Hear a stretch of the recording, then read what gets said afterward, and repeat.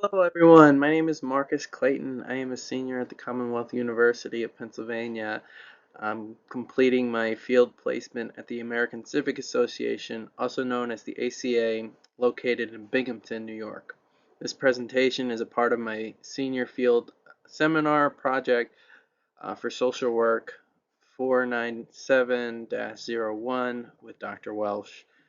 Today I'll be presenting on my project, which is focused on reviewing and improving the agency's intern training system. I'll talk about why I chose this project and how it connects with the social work competencies and the steps of the planned change process, and finally reflect on what I've learned and contributed. Let me start off by telling you about the agency I interned with. The American Civic Association, or the ACA, is a nonprofit organization in Binghamton, New York.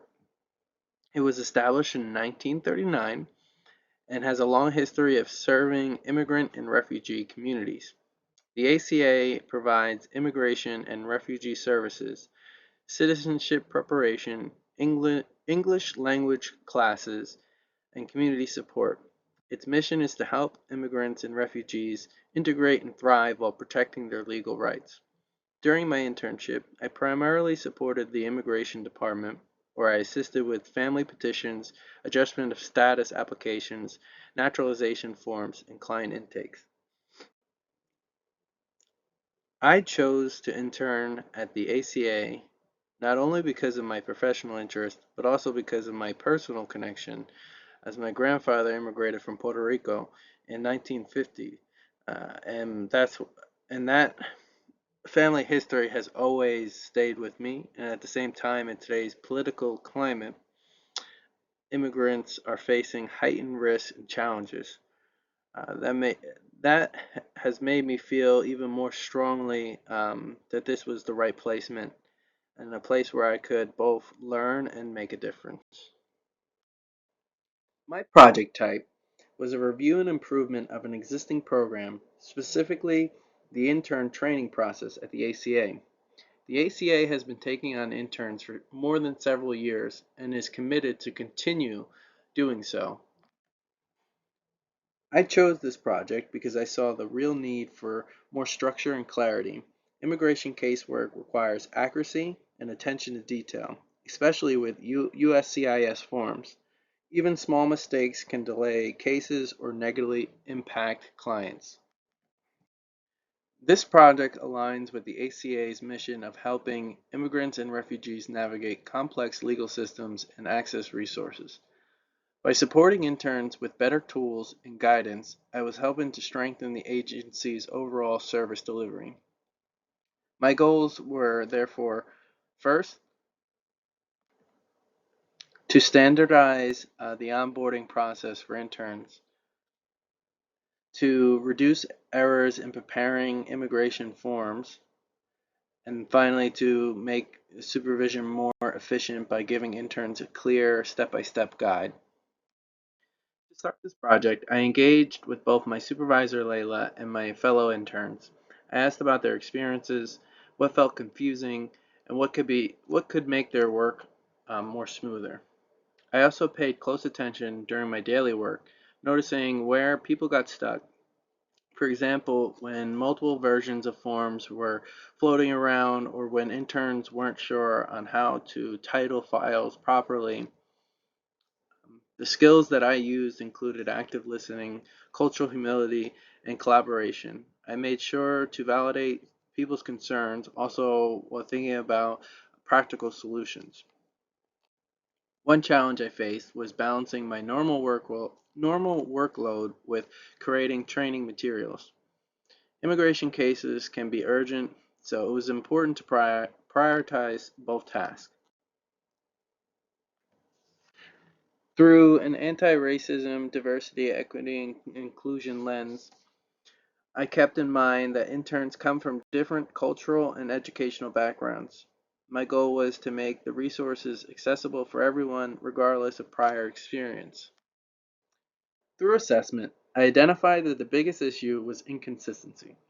Different interns were doing things in different ways, which created confusion and mistakes.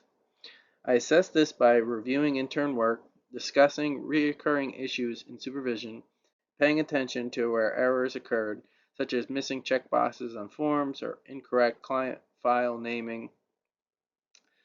But at the same time, I recognize strengths. Interns are motivated, resourceful, and bring diverse perspectives to the agency. These are assets that can be built upon with the right structure. From a justice and equity standpoint, I realize that clear processes don't just help the agency, they directly protect the clients. Mistakes in immigration paperwork can disproportionately harm vulnerable immigrants who are already facing barriers. By tightening up the process, we are safeguarding the client's rights. My intervention was to create a step-by-step intern checklist and update the Immigration Intern Guide binder. These tools walked interns through everything from making client folders to titling documents to double-checking forms for the latest USCIS versions. In the terms of theories, I used a person and environment framework, recognizing that interns' work is influenced by agency systems and improving those systems improves outcomes. I also relied heavily on practice wisdom, learning from my own mistakes early on and from guidance provided by my supervisor. Finally, my approach was culturally responsive. The checklist emphasized confidentiality, accuracy, and client self-determination, which are key values in social work practice. To evaluate the project, I looked at how interns and supervisors used the tools. Interns were able to follow standardized steps, which gave them more confidence. Supervisors reported that fewer mistakes were being made, which saved them time in reviewing work. The main outcomes achieved were greater clarity, efficiency, and smoother transitions for interns. Importantly, the binder and checklist will remain at the ACA after I finish my internship placement, which means this project leaves behind a sustainable contribution for future interns. Of course, there's still room for improvement. For example, I'd like to add visuals or Spanish language instructions in the future. My project was informed by research as well as practice wisdom. From my literature review, one finding showed that structured tools like checklists can improve training and reduce errors in social work practice. Another finding highlighted how cultural humility significantly improves outcomes for immigrant clients, making engagement and assessment more meaningful. I also reviewed research on peer support and mentoring for refugee youth, which showed how structured support builds resilience. Although my project wasn't youth specific, the principle of structured guidance and emotional safety connects directly. Finally, I apply what I learned in the 40-hour NYIC immigration law training that I completed, which reinforced the importance of up-to-date legal knowledge and standardization. These research insights gave me confidence that my project was evidence-informed. This project also tested and strengthened my professionalism. I aligned my work with the NASW Code of Ethics, focusing on confidentiality, integrity, and competence. Supervision was a key support. I regularly met with my supervisor and, and field director to reflect on challenges in which I journaled about my growth. I also learned to balance professional communication with empathy. Whether emailing clients, writing case notes, or working on forms, I made sure to use professional standards. This project helped me grow in leadership as well.